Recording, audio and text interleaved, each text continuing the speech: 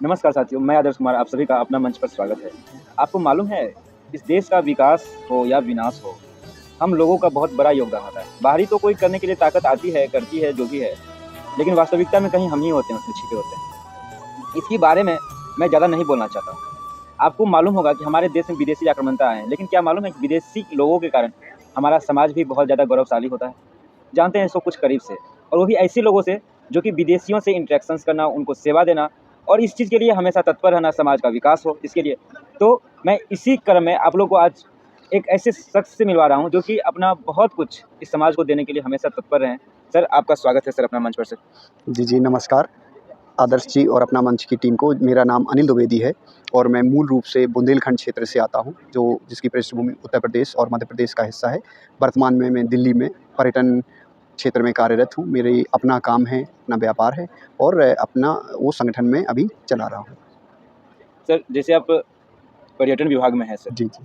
तो जो लोग वहाँ से आते हैं, क्योंकि हम लोग का भी एक होता है कि विदेश घूमा जाए, विदेश का कल्चर देखा जाए, तो सर वो आते हैं तो वो भारत के बारे में कैसा सोचते हैं सर, जब वो घूमते हैं, देखते हैं?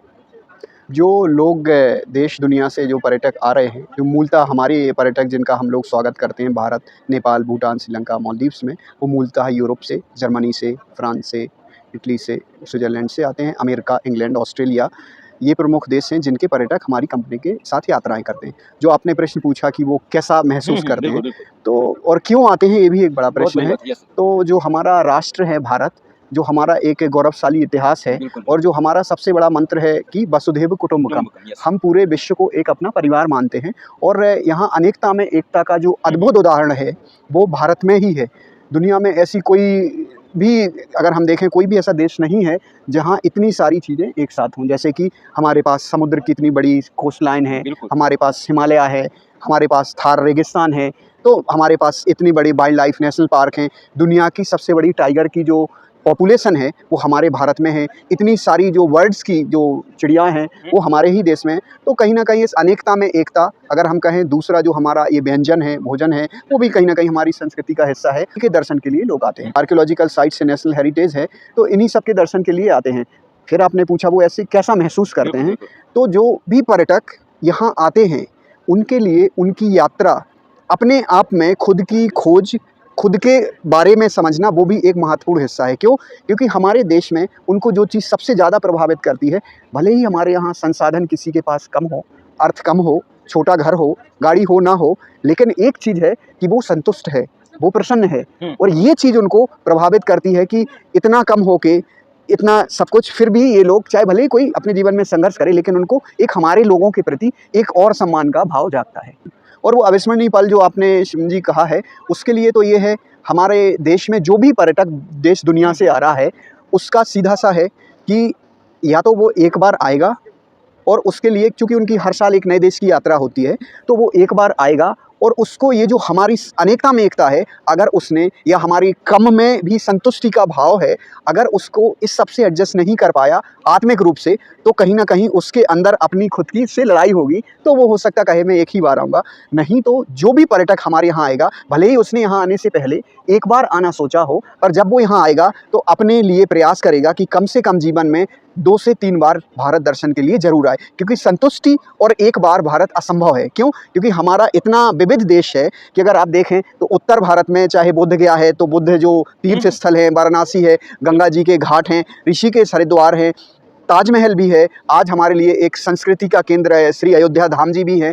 तो कहीं ना कहीं पर्यटकों के लिए एक बार में, चूँकि हमारे यहाँ अगर आप देखें क्षेत्रफल की दृष्टि से, तो एक हिस्से से दिल्ली से कोचीन के लिए अगर वो हवाई जहाज़ से भी जाता है तो 3 घंटे की यात्रा होगी। इतने में वो जर्मनी से ग्रीस पहुंच जाएगा। तो उसको लगता है कि एक बार में भारत दर्शन संभव नहीं है, तो 2 से 3 बार खुद आना चाहता है। और हर एक पर्यटक जो हमारे यहाँ ये सुखद अनुभव, जो कि आप ही शिवम जी ने कहा है और आदर्श जी ने जो लेकर जा रहा है, उसके लिए वो प्रयास करता है कि चूँकि मैं इस देश को एक यात्रा में बहुत कुछ नहीं दे पाया, तो मैं कैसे यहाँ के लोगों का सहयोग करूँ। मैं इनका मित्र बन गया हूँ और मुझे इनका परिवार बनना है, तो वो चाहता है कि कम से कम मैं अपने कुछ कुटुंब के लोगों को, दोस्तों को, रिश्तेदारों को ज़रूर भेजूँ। और इस तरह से ये जो चेन है वो बढ़ रही है। तो कहीं ना कहीं हम भारतवंशियों की भी एक जिम्मेदारी है कि जो भी जहाँ पर्यटक आ रहा है उसका हम ध्यान रखें, उनके अच्छे अनुभव हों, उनका ध्यान रखें, क्योंकि एक के छोटे से लाभ से अगर उसका अनुभव खराब होता है तो हमारे यहाँ आने वाले बहुत से पर्यटकों के आने पर प्रभाव पड़ेगा। बिल्कुल सर, ये बात आप बहुत सही बोले और बहुत अच्छा भी लगा ये चीज़ जान करके कि लोग भारत को, मैं भी खुद नॉर्थ इंडिया से साउथ इंडिया आया हूँ, मुझे ये लग नहीं रहा है कि मैं भारत का ही एक हिस्सा में हूँ, क्योंकि यहाँ के लोग का जो कल्चर है, जो भाषा है, सब कुछ इतना अलग है और मेरा भारत में ही इतना सारा चीज़ है, तो मुझे नहीं लगता है कि विदेश कहीं घूमने का मतलब मौका भी मिल पाएगा अगर हम अपने देश को ही अगर अच्छा से ढूंढना शुरू करें कहाँ क्या है। और हर एक क्षेत्र जो भी जहाँ है वो सब अपने आप में एक बहुत बड़ा ऐतिहासिक और सांस्कृतिक धरोहर के रूप में अपने आप को बनाए हुए हैं सर।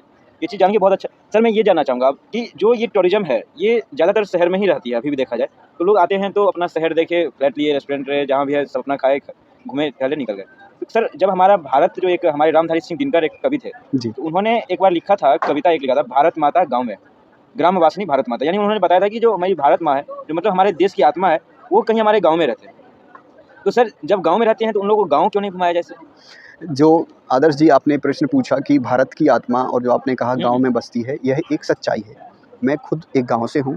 मैं भले ही अमेरिका जाऊं, इंग्लैंड जाऊं, जर्मनी जाऊं, मैं व्यक्तिगत रूप से जर्मन भाषा और फ्रेंच भाषा बोलता हूं अच्छा। और मैंने जापानी भाषा, स्पेनिश भाषा, रशियन भाषा इनका भी अध्ययन किया हुआ है। लेकिन अगर मैं कहूं कि जो गाँव हैं, मैं चूँकि खुद एक गाँव से हूँ, तो कहीं न कहीं जो जब मैंने अपनी शिक्षा की, मैंने बिल्कुल सरकारी स्कूल से पढ़ाई की। हमारे स्कूल में बैठने के लिए ज़मीन पर कोई दरी नहीं होती थी, तो हम सब बच्चे अपने अपने घर से सीमेंट की बोरी लेकर जाते थे, उस पर बैठते थे। वो मैंने भी किया है। फिर उस बोरी से हम लोग पूरी एक चटाई जैसे बनाते थे, फिर वो फोल्ड करके रोज रखते थे। हाँ। ये काम था, बोरी में अपना अपना नाम लिखते थे और किताब और बोरी हाँ एक साथ। और जब उस समय पर पेन तो होते नहीं थे हमारे समय में, आप लोग चूँकि मुझसे छोटे हैं तो मैंने जब तब आपके समय पेंसिल, जब मैं पढ़ता था तो हमारे समय में होती थी पट्टी, लकड़ी की स्लेट, उसको हम जो बोरखा जो है, बोरखा, उसको लकड़ी या मिट्टी का बोरखा, और उस समय लाइट नहीं होती थी हमारे गांव में, तो हमारे यहाँ दीपक जलता था, जो जिस रखा होता था दीपक, उससे जो कालिख बनती थी उसको हम पानी में घोल के अपनी पट्टी को पोतते थे और उस पर खड़िया से हम लिखते थे। तो इस तरह से मैंने पढ़ाई की है। तो लेकिन अभी समस्या क्या है कि जो कॉलोनियल हैंगओवर है, जो अभी शहरों में लोग हैं जो इस भाव से जी रहे हैं कि गांव के लोग मतलब पिछड़ापन, तो कई लोग शहरों में ये अपने आप से ये बोलने के लिए हीन भावना उनको, कई लोगों को लगती है, क्योंकि वो थोड़ी पश्चिमी सभ्यता से ज़्यादा प्रभावित हैं। लेकिन मैं एक गौरव से देश दुनिया में हर मंच में बोलता हूँ कि मैं एक गाँव का बच्चा हूँ, मैं अभी भी एक किसान हूँ। मैं अभी भी अपने माता पिता से जब रोज़ संवाद होता है कि कैसी फसलें हैं, क्यों, और इसी कारण से जो आपने कहा गांव में लोग क्यों नहीं रुकते, तो मैंने अभी अपने पैतृक ग्राम में कनेक्ट टू रूट्स, मैंने एक पुराना महल राजा का खरीद के अपने गांव पैतृक ग्राम इटालिया राजा, हमीरपुर डिस्ट्रिक्ट, उत्तर प्रदेश में। तो सर जो आप बता रहे थे कि गांव के हम हैं और इस तो ग्रामीण जो बता रहा था मैं, जो ग्रामीण पर्यटन का मॉडल है, तो मैं इस चीज़ को, जो आपने कहा गाँव में क्यों नहीं जाते, चूँकि क्या है, जो विदेश से भी पर्यटक हों या चाहे अपने देश के भी जो काफ़ी समृद्ध लोग हों, चूँकि एक तरह से जो जीवन शैली है, जिसकी जिस तरह से व्यवहारिक जीवन शैली है, चाहे हम हों, जैसे हम लोग हैं, एक हमारा आत्मिक भाव है, हम किसी से मिलते हैं आत्मिक भाव है, हम सम्मान के भाव से मिलते हैं, हमारे संस्कार हैं, तो इस और व्यवहार भी है। तो चूँकि जो बाहर के लोग हैं या शहरों के समृद्ध लोग हैं, उनको एक विशेष कम्फर्ट चाहिए, क्यों, क्योंकि वो वैसे जी रहे हैं। अगर उनको वो नहीं मिलेगा तो कहीं ना कहीं वो असंतुष्ट होंगे। तो एक कारण ये है कि अभी हमारे गांव में जैसे कि रुकने के लिए होटल नहीं है। दूसरी चीज़, हमारे गांव में अभी जैसे जो लोग रह भी रहे हैं, जो समृद्ध लोग हैं, उनकी सोच ज़्यादातर की गांव के समृद्ध लोगों की है, शहर में पैसे इन्वेस्ट करने हैं, गांव में नहीं करने हैं। तो जब मैंने ये प्रकल्प शुरू किया, मेरे माता पिताजी ने भी, उनको भी लगा कि आप पागल हैं कि गांव में कौन पैसे लगाता है। पर मैंने चूँकि दुनिया देखी है, मैं कह रहा हूँ आज सिर्फ विदेश के लोगों को नहीं, हमारे दिल्ली, मुंबई, कोलकाता, बेंगलोर, सारे लोगों को, शहरों के लोगों को गांव में कहीं ना कहीं गांव से जुड़ना चाह रहे हैं। और जो उसका एक जो कोरोना जैसी त्रासदी आई, उससे लोगों ने ये चीज़ सोचा कि एक हमारा पैतृक ग्राम घर ज़रूर होना चाहिए, शहरों में रह के हम एक फ्लैट में जीवन नहीं निकलेगा।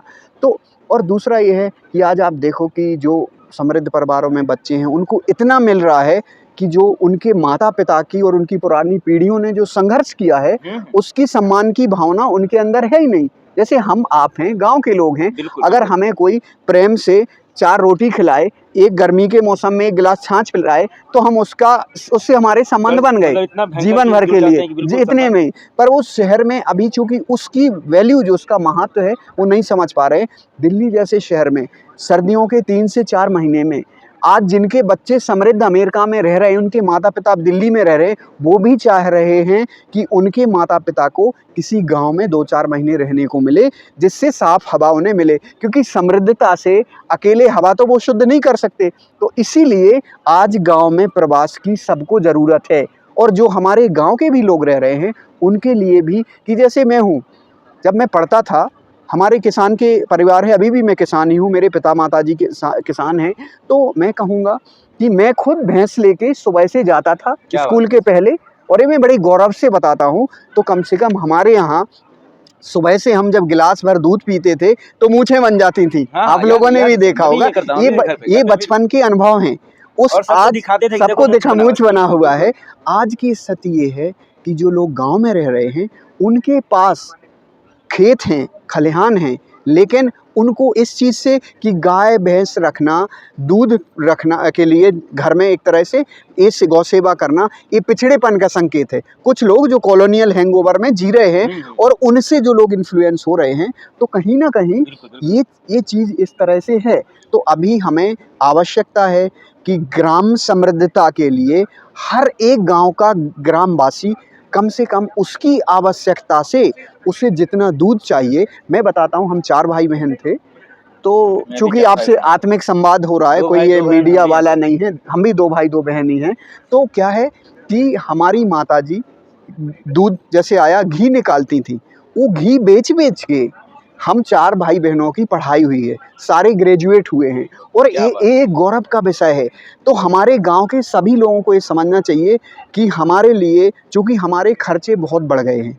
पहले आप देखिए, गांव का पैसा गांव में रहता था। अभी क्या हो रहा है, चूँकि ये जो हमारी आपसी ये जैसे टेलीफ़ोन है, तो कहीं न कहीं एक बड़ी क्रांति है, इससे बहुत लाभ हैं। लेकिन चूँकि बच्चों को अगर मार्गदर्शन नहीं मिला, तो वो एक ही घर में बैठ के उनका आपसी संवाद नहीं है। पहले ये होता था, आप ट्रैक्टर लेके जा रहे हो अगर बाज़ार, तो आपके बिना पूछे 10 लोग आपके ट्रैक्टर पे बैठ के जाते थे। बिल्कुल, बिल्कुल। आप मोटरसाइकिल लेके जा रहे हो, तो आपके आस-पड़ोस के लोगों को आपसे पूछने की ज़रूरत नहीं थी। वो अपना थैला लेके आ जाते थे कि जब जाओगे तो बैठ के चले जाएँगे। पर अभी क्या हो रहा है, एक ही घर से, मैं मोहल्ले की बात नहीं कर रहा हूँ, एक ही घर से अगर 3 लोग बाज़ार जा रहे हैं, तो सब अपनी-अपनी मोटरसाइकिल लेकर जा रहे हैं। तो क्या हो रहा है, हमारा पैसा ज़्यादा खर्च हो रहा। पहले तो ये खर्च नहीं हो रहा था, फ़ोन में खर्च हो रहा है।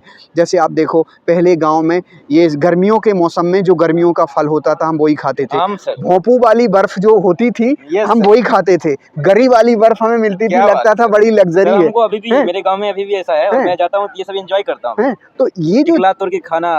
तो ये जो चीज़ें हैं, कहीं न कहीं ये चीज़ें, ये अनुभव सबको होने चाहिए, और इन चीज़ों से हमें दूर नहीं जाना है।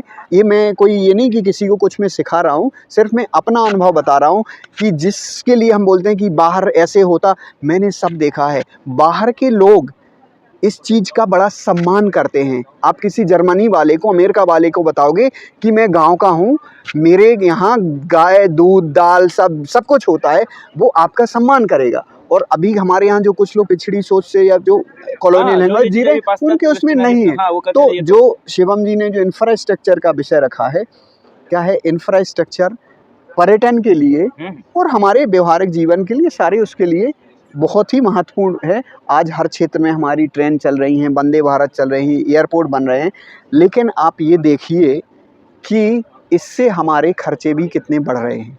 ठीक है, आज आप हो, मैं हूँ, कोई भी हो, अगर हमें अपने बिहार से कर्नाटक आना है, तो हम पहले लास्ट मोमेंट तक हम सोचेंगे ट्रेन से जाएंगे, पर अंतिम क्षण में हम कहेंगे यार 3 दिन तक ट्रेन में जाना, फ़्लाइट टिकट ही ले लो, तो खर्चे बढ़े ना। तो हमें क्या है, हमारी जो कमाई तो बढ़ रही है गांव में, जैसे अगर फसल का भी भाव, चूँकि मैं किसान हूँ, भले ही मैं व्यापार विदेश में करूँ दिल्ली, पर मैं गौरव से बोलता हूँ मैं किसान हूँ, मैं किसान का बेटा हूँ। तो अभी क्या है कि जो भी चीज़ें हैं, वो हमारे जो खर्चा हैं वो बहुत बढ़ रहे हैं। तो हमें यातायात के साथ, आने जाने के साथ जो साधन मिल रहे हैं, उसका हमें बड़े ही सरलता से, सम्मान से, कोई अपव्यय ना हो, इस भाव से ही हमें करना होगा। पर्यटन, ग्रामीण पर्यटन एक ऐसा मॉडल है कि ये बहुत सफल होने वाला है। कारण ये है, आप जैसे देखो हमारी जो डेमोग्राफिकल सिचुएशन, जनसंख्या, आज पहले एक हमने बचपन में सबने देखा हर घर में गांव में लोग होते थे। आज क्या है, कई घर सालों से बंद पड़े हैं गांव के, कोई लोग ही नहीं मेरे है, घर के बगल में भी कोई लोग ही नहीं है। उनके जो लोग थे जो शहरों में रह रहे हैं, वो जब गांव में आते हैं 1 दिन 2 दिन के लिए, तो किसी चाचा के यहाँ, किसी रिश्तेदार के यहाँ रुकेंगे। वो अपना घर खोल के साफ भी क्यों, 1 दिन के आके क्या करेंगे। तो अभी क्या है, अभी हमारे गांव की जो एक बार कहते थे भारत गाँव का देश है, नहीं? तो पहले क्या था कि हमारे गांव में लगभग 80-85% जनसंख्या गांव में थी। अब अभी क्या है, जो जनसंख्या है 55% 60% ही गांव में बची है, बाकी शहरों में आ गई है। बड़ा शहर या छोटा शहर, युवा पलायन, चूंकि मैं बुंदेलखंड क्षेत्र से आता हूं, आपने सुना ही है बुंदेलखंड से इतने लोग पलायन करते हैं। तो देखो, पलायन या रोजगार के लिए कहीं जाना कोई बुरी बात नहीं है, चाहे मैं हूँ चाहे कोई भी हो, वो सिर्फ परिस्थिति का विषय है। लेकिन आप शहर जाइए, काम कीजिए, जब तक आपकी उम्र है, आप युवा हैं, जी जान से कीजिए। ये नहीं 6 घंटे 8 घंटे, आप 14 घंटे काम कीजिए। क्यों, आपको अगर 50 वर्ष में सिर्फ समाज के लिए जीवन जीना, तो अर्थ अर्जन एक प्रमुख विषय है। आपके पास अगर आपने परिश्रम से अर्थ अर्जन किया है, तो आपका सबके प्रति एक सम्मान का भाव होगा। और दूसरा ये है, आपके पास अर्थ है तो आपके पास ऑप्शन होंगे। तो अर्थ एक महत्वपूर्ण विषय है, इसलिए क्योंकि जैसे है, और आप जैसे देखते हो आज जो रोजगार है, जैसे ये आज से 25-30 साल पहले इनमें से 80% रोजगार थे ही नहीं। सही बात। आज देखो, जैसे आप लोग मीडिया क्षेत्र से हो, इतना सफल संस्थान आप चला रहे हो, तो आप देखिए पहले कंटेंट का कोई विषय ही नहीं था। पहले कंफ्यूज करते हैं कौन से कंटेंट को उठाए और किसको भी ना करें। जी जी, बिल्कुल बिल्कुल। मतलब आपने इसमें सर एक चीज मैं बोलना चाहूँगा जी आदर्श जी, जैसे आप बताए, तो शहर में लोग एक 4 दीवार खरीदने के, यानी एक रूम के लिए जितना वो खर्च करते हैं, उतना में वो गांव में एक ओसा बिल्डिंग खड़ा कर लेंगे, आराम से अच्छा से रह लेंगे। जितना वो वहाँ कमा रहे हैं उससे ज़्यादा कहीं वो लोगों को रोजगार देंगे। इसके बावजूद भी लोग बाहर जाना चाहते हैं। मैं नाम नहीं लेना चाहूँगा किसी का, लेकिन वास्तविकता ये समाज में हर जगह ये देखने को मिलता है। वही चीज़ पे मैं सर कहना चाहता हूँ कि एक व्यक्ति है जो कि मतलब दीपक पे पढ़ा है, स्याही लगा के पढ़ा है, वो आदमी इतना कुछ जानते हुए, सर लोग कहते हैं कि सरकारी स्कूल में कुछ नहीं है। मेरे भी पेरेंट्स लोग कहते हैं कि सरकारी स्कूल जो है वहाँ से देखो पढ़ के लोग कहाँ कहाँ गया। अब सर थोड़ा इसको, क्योंकि अभी के जो गार्जियन है वो भी ये चीज़ मानते हैं कि सरकारी स्कूल में बच्चा पढ़ के वहाँ तक पहुँच चुका है, और अभी जो है वो प्राइवेट स्कूल हर जगह। एक गाँव है, कोई शायद गाँव नहीं, हमको लग रहा है ऐसा होगा, जिसमें कोई ना कोई छोटा बड़ा प्राइवेट स्कूल ना हो, चाहे उसके आसपास में नहीं हो। बच्चे लोगों का उस तरफ रुख बढ़ गया है। अब वास्तविकता भी कुछ ऐसा है कि उधर लोग को जाना पड़ रहा है। तो सर ये कोई एक आदमी इस तरह से पहुंच रहा है, और वो जर्मन, फ्रेंच, स्पेनिश, ये सब रशियन सारा लैंग्वेज सीख रहा है, वहाँ तक पहुंच चुका है सरकारी स्कूल से। अभी सर ये क्या दिक्कत है कि लोग सरकारी स्कूल से पढ़ते हैं तो सामान्यतः वो किसी प्रकार का छोटा मोटा सरकारी नौकरी के लिए, अदरवाइज कहीं कुछ काम कर रहे हैं, सफल नहीं हो पा रहे। क्या है, जो हम एक ग्लोबलाइजेशन के समय में जी रहे हैं, तो हम अगर ये विषय रखें कि गांव का शहरीकरण हो रहा है, चूँकि एक प्रकृति का नियम है कि हम सिर्फ अच्छी चीज़ें ही नहीं चुन सकते, अच्छी के साथ कुछ बुरा भी आएगा। पर जैसे हंस है, तो वो दूध है या जो पी रहा है, पानी मिला तो उसको जिम्मेदारी उसे पता है। तो कहीं ना कहीं शहरीकरण कोई मतलब गांव में अगर कुछ चीज़ें हो रही हैं तो वो ठीक है, आगे बढ़ने चीज़ें, लेकिन मैं शिक्षा का पक्षधर हूँ। पर जो साक्षरता वाली शिक्षा नहीं, शिक्षा ज्ञान वाली शिक्षा, व्यवहारिक ज्ञान वाली शिक्षा, शिक्षा वही है जो आपको कहीं ना कहीं एक जिम्मेदारी के साथ, सम्मान के साथ अपने लिए 2 रोटी, अपने परिवारजनों के लिए 2 रोटी, और कुछ आप समाज में योगदान कर सको, उसके लिए थोड़ा अर्थ अर्जन का माध्यम हो। तो मैं जो ये इस प्राइवेट स्कूल, ये स्कूल, ये पब्लिक स्कूल, ये वो स्कूल, एक्चुअली में आप भी देखते, मेरा व्यक्तिगत विचार है कि शिक्षा कहीं ना कहीं हमारे लिए एक हमारे जीवन में अनुशासन लाने का माध्यम है कि हम 12 साल तक रोज़ सुबह उठ के तैयार होके स्कूल जा रहे हैं, लिखना पढ़ना सीख रहे हैं। उसके बाद हम कॉलेज में जाएंगे, वहाँ भी लिखना पढ़ना सीखेंगे। तो कहीं ना कहीं सुबह से उठना, तैयार होना, कुछ चीज़ें सीखना, बड़ों का सम्मान करना, छोटों का सहयोग करना, ये भाव लाने का शिक्षा मेरे व्यक्तिगत विचार से वो एक माध्यम है। बाकी आज के समय में मेरी सोच से बहुत सी चीज़ें जो हम स्कूल में पढ़ते हैं, उनका रोज़गार में 70% तो कोई उपयोग नहीं है। मैं कहूँ, मैंने अगर 12th में कूलाम्स लॉ पढ़ा है, अगर मैंने त्रिकोणीय क्या बात है सर। अंक गणित जो चीज़ें जोड़ने घटाने के अलावा जो चीज़ें पढ़ी हैं, उसके अलावा पाइथागोरस प्रमेय का, मेंडलीफ की पीरियोडिक टेबल का, हैं, चाहे वो केमिकल रिएक्शन हो, चाहे हम प्रोटोजोआ एनिलिडा साइंस की बात करें, इनका सर आपको तो नाम भी याद है, मुझे तो वो सब भी नहीं याद हमारे है। व्यवहारिक जीवन में इनका कोई उपयोग नहीं है। क्योंकि अगर आप उस क्षेत्र में काम करते हो तो उपयोग है, पर हर कोई रोजगार उस क्षेत्र से नहीं मिल रहे, तो लोग आज एक दुखद ही होता है कभी कभी ऐसा देख के कि लोगों के मन में जो ये भाव है प्राइवेट स्कूल से ही अच्छी शिक्षा, मैं इसका पक्षधर नहीं हूँ। मैं कहता हूँ शिक्षा संस्कार परिवार से जो मिलेंगे वो आपको कहीं नहीं मिलेंगे। साक्षरता आपको कुछ मिलेगी स्कूलों सर में। एक चीज़ मैं इसमें बताना जी। चाहूँगा सर, जो सरकारी स्कूल के बच्चे पढ़ के आए हैं और जो प्राइवेट से आए हैं, सरकारी स्कूल से भी कुछ शहर में सरकारी स्कूल है उससे पढ़ के आ रहे हैं, कुछ प्राइवेट स्कूल गांव से पढ़ के आए हैं। ये 4 कैटेगरी मैंने बच्चों को बनाया। एक मतलब ग्रामीण बच्चा है तो एक सरकारी में पढ़ रहा है, एक प्राइवेट में पढ़ रहा है, और शहरी बच्चा भी एक सरकारी में पढ़ रहा है, प्राइवेट पढ़ रहा है। वो चारों बच्चा में अलग-अलग संस्कार दिखता है।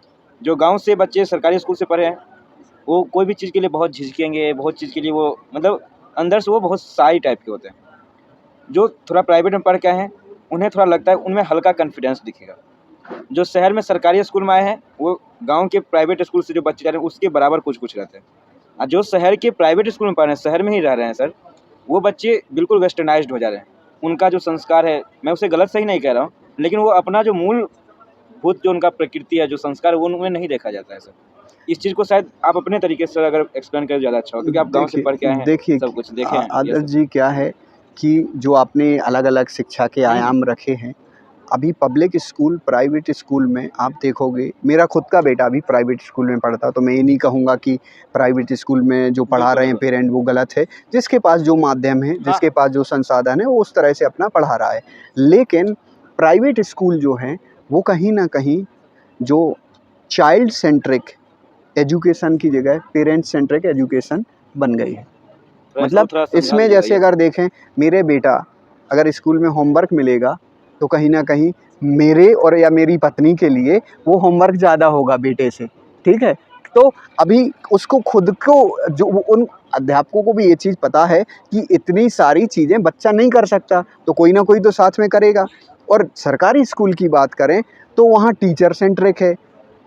टीचर सेंट्रिक मतलब जो मास्टर जी ने कहा, जो मास्टर जी ने सोचा, तो वो चलेगा सिस्टम। क्या तो बात है! बच्चे के लिए शिक्षा है, तो हमें बच्चे की किस क्षेत्र में रुचि है, उस क्षेत्र में उसे हमें क्यों? क्योंकि जो आज रोज़गार हैं, जैसे तो वो आज से 30 साल पहले 80% रोज़गार नहीं थे, और जो आज हैं वो आगे नहीं होंगे। तो इसलिए ये चीज़ें हमें कहीं न कहीं देखनी है कि जो आपने कहा बच्चों में आत्मविश्वास हो, तो उसके लिए आप जैसे लोगों की भी ज़िम्मेदारी है कि बिल्कुल। उन बच्चों में वो नेतृत्व की क्षमता लाएँ कि वो अपने विचार रख सकें। इसलिए हमारी समाज की सामूहिक ज़िम्मेदारी है कि हम बच्चों को एक सहयोग करें और कहीं न कहीं उनमें वो विश्वास लाएँ। और जितने आज के हमारे बच्चे हैं, चाहे वो मेरा बच्चा हो, किसी और का हो, हमारे देश वो के बच्चे भी हैं। यस। हमसे ज़्यादा प्रो वर्ज़न हैं। उन्हें काफ़ी क्यों? उनको संसाधन अलग हैं। उन तो उसमें कोई मतलब ठीक है, तो जो जैसे पर माँ-बाप को इस चीज़ में बिल्कुल नहीं कि हीन भावना कई बार गाँव में, अरे हमने तो अंग्रेजी माध्यम में, अरे भैया मैंने हिंदी माध्यम, मैंने 6वीं में एबीसीडी लिखनी शुरू की, पर फिर भी मैंने विदेशी भाषा सीखी है। तो मैं सभी बच्चों से, सभी युवाओं से कहना चाहूँगा कि आप कम से कम जो चीज़ सीखना चाहते हैं, वो आप सीखिए। लेकिन आज के समय में कम से कम, चूँकि अभी प्राइवेट रोज़गार ज़्यादा हैं, तो थोड़ा-सा प्रयास कीजिए, यूट्यूब सर के माध्यम से अंग्रेजी भाषा सीखिए। और अगर आपको रोज़गार चाहिए तो मैं कहता हूँ, अगर आप 12वीं के बाद भी, कॉलेज नहीं, आप एक विदेशी भाषा सीखिए, जिसका खर्चा आप 1 साल पढ़ोगे तो आप लगभग 1 लाख रुपए प्राइवेट संस्थानों में खर्च करोगे। 1 साल के बाद 30 से 60 हज़ार रुपए महीने की नौकरी की मैं आपको गारंटी देता हूँ। क्या इतना बात है! बड़ा, सर इतनी बड़ी अगर मौका आवश्यकता मिलता है। है तो जो लोग अगर चाहेंगे, जैसे आपको जर्मन आ रहा है, फ्रेंच आ रहा है, हुँ, स्पेनिश आ रहा है, जी, रशियन भी आ रही है। ये सब भाषा अगर कोई सीखना चाहेंगे तो मैं अगर आपसे सर अगर समय हो, मैं आपसे ज़रूर कॉन्टैक्ट में तो ऐसे हूँ ही, तो बता दूँगा आपको। जी, वैसे मैं भी बच्चे को पढ़ाता हूँ, कल एक कुछ ग्रुप्स के बच्चे थे, यहीं कर्नाटक के सर। उनसे मैं बात कर रहा था। तो बात होते क्या, कुछ लोग हिंदी समझ रहे थे, कुछ लोग नहीं समझ रहे थे। तो जो बच्चे नहीं समझ पाते वो डर के कारण कि अगर हम बोल दें हिंदी नहीं समझ में आता है, फिर वो अलग कुछ समझ लेंगे, इसी कारण से बोल नहीं रहे थे। एक आदमी को मैंने खड़ा किया कि बाबू तुम खड़ा हो और बताओ। उसको पता ही नहीं था कि मैं क्या बोल रहा हूँ। तो बगल वाला उसका मित्र बोल रहा है कि ये हिंदी नहीं समझता। तो मैंने कहा नहीं समझते तो बोलने का नहीं समझता। तो बच्चे में ये चीज़ जो है सर कि बच्चे अपने आप को सही से आगे दिखा नहीं पा रहे हैं। और आप जो हैं सर गांव से उठ करके, गांव से चल करके और आज विदेश तक पहुंचे हैं सर। इस सफ़र के पीछे का कुछ राज बताइएगा सर। देखिए, राज तो कुछ नहीं, राज यही है, सब बड़ों का आशीर्वाद है। जो बड़ों के परिवार के पुण्य प्रताप हैं वो सब हमें मिलते हैं। लेकिन कहीं न कहीं मैं कहता हूँ, आप जितने भी संघर्ष से आओगे, तो जो भी सोचता है कि मैं संघर्ष से मेरा जीवन में सफलता नहीं होगी, आप जो भी संघर्ष करोगे, मेहनत करोगे, वो प्रयास ज़रूर सफल होगा। और जब आप देखते हो कि हमें अपने जीवन स्तर को ऊपर उठाना है, तो आपको परिश्रम करना होगा। तो उससे आप आगे जाओगे। और ऐसे मतलब मेरे से भी बहुत कई लोग हैं जो और सफल हुए हैं ग्रामीण पृष्ठभूमि से, तो ऐसा नहीं है कि कोई मैं अनोखा हूँ। लेकिन ये है कि आपको प्रयास करना होगा और सहयोग की भावना रखनी होगी। कम से कम ऐसा मैं सोचता हूँ और मैं इस चीज़ को अपने जीवन में चरितार्थ भी कर रहा हूँ कि हम सबको प्रयास करना चाहिए अपने व्यक्तिगत जीवन में, जिसने जो सीखा उस क्षेत्र में कम से कम 100 से 1000 लोगों को पारंगत करो। तो उससे वो 1 से 10,000, 10,000 से लाख होंगे। ये चीज़ बड़ी आवश्यकता है। इस समाज ने ही हमें सब दिया, तो हम कम से कम कुछ तो समाज के लोगों को समाज के माध्यम से दे बिल्कुल, सकें, इस बिल्कुल, भाव से बिल्कुल सर। हमें काम करना चाहिए। बहुत बहुत बहुत बड़ी बात बोल रहे हैं सर। और वास्तविकता भी है कि हम जो सहयोग का भावना जब तक नहीं रखेंगे, हम अगर विकास कर गए और पड़ोसी अगर भिखारी होंगे तो शायद मेरा विकास निरर्थक रहेगा। क्योंकि हमारे बगल में भी तो एक भिखारी है, उनको भी देखना ज़रूरी है। और इसमें एक हाँ, पॉइंट और है कि गाँव में लोग गाँव से जा रहे हैं, पर गाँव में अभी इतने काम की आवश्यकता है। मैं एक बहुत छोटा-सा उदाहरण दे रहा हूँ। सरकार इस पर बहुत पैसा खर्च करना चाहती है। देश दुनिया में इतने एनजीओज़ हैं। जैसे अगर हम कहें कि अगर आज के समय में स्वास्थ्य पर एक सरकार का ध्यान है। अगर हम चाहे एक छोटा-सा कि एक टोली बना के अगर हम गाँव में 10 लोगों की एक छोटा-सा अगर हम समूह बना के चाहें कि हम एक छोटा-सा ट्रैक्टर खरीदना चाहते हैं, जिससे हम गाँव का कचरा घर-घर जाके 10 लोगों की टोली इकट्ठा करेगी। तो उसके लिए 5-10 लोगों का काम है। मैं ये नहीं कह रहा हूँ कि मतलब कोई सोचे कि मुझे कचरे का काम क्यों, ऐसा नहीं है, लेकिन वो भी कौन करेगा? हमारे गाँव की समस्या है, तो ज़िम्मेदारी जो आपने भी यस कहा सर। हमारी ही है, लेकिन उससे भी गाँव में अर्थ अर्जन का माध्यम बन सकता है।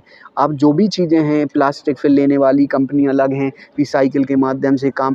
आज पोषण के क्षेत्र में सरकार चाहती कि डेटा कलेक्शन हो, तो कोई दिल्ली का व्यक्ति गाँव में कितने दिन रह के डेटा, पर गाँव का व्यक्ति तो कर सकता है। गाँव में कितने लोग रह रहे हैं, तो इस तरह से बहुत सारे काम हैं शिक्षा के क्षेत्र में, स्वास्थ्य के क्षेत्र में, गोपालन के क्षेत्र में, बहुत कृषि सारा के चीज़, क्षेत्र यस। में। तो अगर हम चाहें तो एक कोऑपरेटिव बना के कोऑपरेटिव माध्यम से एक समूह खड़ा करके हम काम कर सकते हैं। उसमें सरकार हमारे साथ हाथ से हाथ मिलाकर काम कर रही है और करना भी और वो सहयोग भी कर रहे हैं। तो हमें जिनको जानकारी है उनसे सहयोग लेना है। अरे आपको एक बिल्कुल छोटा उदाहरण बता रहा हूँ कि मैंने अपने यहाँ एक दिन मैं बैठा था, ऐसे ही बरसात का मौसम था, थोड़ा धूप निकली, बरसात फिर निकल गई, फिर एक तरह से कुंवार में बुवाई का समय था।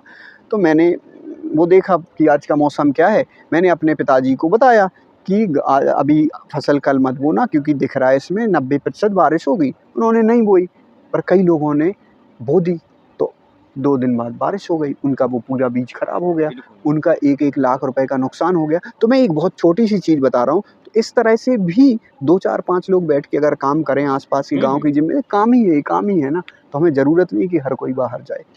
क्या बात सर, बहुत अच्छा बताया। और धन्यवाद। घर पे रह के अपना समाज को और क्या पूरे राष्ट्र को इस तरह से अगर देखा जाए तो एक बार मतलब जी, तुरंत विकास हो जाए। जी, ये बहुत अच्छी बात है सर। और मैं इस चीज़ को सामान्यतः तो अपने स्टूडेंट्स लोग जो हमारे फ्रेंड्स लोग उसमें शेयर करता हूँ। लेकिन इस वीडियोज़ को मैं अपने गाँव वाले ग्रामीणों लोगों को भेजूँगा, जो गाँव में जो ग्रुप्स हैं, चाहे जो भी हमारे क्षेत्र के हैं, उन्हें भी मालूम चलना चाहिए कि सब कुछ जो है हमारे जीवन में वो शहर नहीं है, सब कुछ रुपया नहीं है, बहुत सारा चीज़ इसके परे भी है। और इसके एक आप बहुत अच्छे उदाहरण भी हैं सर। इसके लिए बहुत-बहुत धन्यवाद कि धन्यवाद। आपने मैं हमसे एक जुड़े। निवेदन और आपका धन्यवाद करके एक निवेदन आपकी ऑडियंस से और कहूँगा, अगर आपके किसी भी गाँव में आप कहीं भी हो, तो आप हमारे आदर्श जी के मंच के माध्यम से आदर्श जी तक अपनी जानकारी भेजिए। आपके बच्चे को टूरिज़्म में कैरियर बनाना, क्योंकि इतने होटल बन रहे, हाँ। इतने होटल बन रहे, इतनी सब एयरपोर्ट बन रहे, इतनी चीज़ें हो रही, काम कौन करेगा? लोगों की तो कमी है। भारत तो आज के समय में ह्यूमन कैपिटल है, मानव के इतने लोग हैं कि हम काम कर सकते हैं। तो आवश्यकता है पर्यटन में बहुत से लोगों की विदेशी भाषा सीखने की बहुत ज़रूरत है, जिससे हमें रोज़गार मिले। हमें सिर्फ सरकारी नौकरी के लिए नहीं भागना है, हमें काम करके अर्जन करना है और अर्थ की आवश्यकता है, क्योंकि अगर हमें कुछ भी चलाना है तो एक तरह से बिना अर्थ बहुत कुछ व्यर्थ है। तो इसलिए किसी को भी सीखना हो, आपके माध्यम से वो पूरी जानकारी आए। मैं सहयोग की भावना से, मेरी टीम सहयोग करेगी। जैसे अभी हम असम में आदिवासी बच्चों को जर्मन भाषा फ्री ऑफ कॉस्ट सिखाना शुरू कर क्या रहे बात है हैं सर, ऑनलाइन। बहुत-बहुत इसी शुभकामनाएं। तरह हम बिहार में करेंगे, तो ऐसा जो भी होता तो हाँ, बिल्कुल, बिल्कुल बहुत सर। ऐसे ये चीज़ बहुत रखेंगे। बड़ी बहुत बात है बहुत कि धन्यवाद समाज का सेवा अलग-अलग जी तरीकों से किया जाता है। जो मेरे पास स्किल है उसको आगे देना चाहिए जी और ये फ्री ऑफ कॉस्ट दे रहे हैं तो ये बहुत अच्छी बात है। जी। लेकिन सर समाज में एक बहुत बड़ी समस्या है कि जो चीज़ आप फ्री में देंगे उसका महत्व नहीं होगा। चलिए फ्री में वो आज सर सबका हवा मिल रहा है, हवा का कोई इज़्ज़त नहीं करता है। जब तक नहीं आता है तब तक। चलिए वो हाँ, सबका अपना सोच है। लेकिन जो भी लोग चाहें, कम से कम हम रोज़गार काफ़ी है, समाज में बहुत सारा चीज़ है, बेरोज़गार नहीं है। जिसके पास स्किल है वो कहीं न कहीं लगे हुए हैं, जिनके पास नहीं है तो फिर यही जी रटते हैं और भीड़ तो बनाएँगे ही हर जगह। जी थोड़ा जी कड़वा है लेकिन सच यही है सर। जी जी। चलिए चलिए आप लोग को बहुत बहुत-बहुत बहुत धन्यवाद धन्यवाद। धन्यवाद धन्यवाद धन्यवाद सर।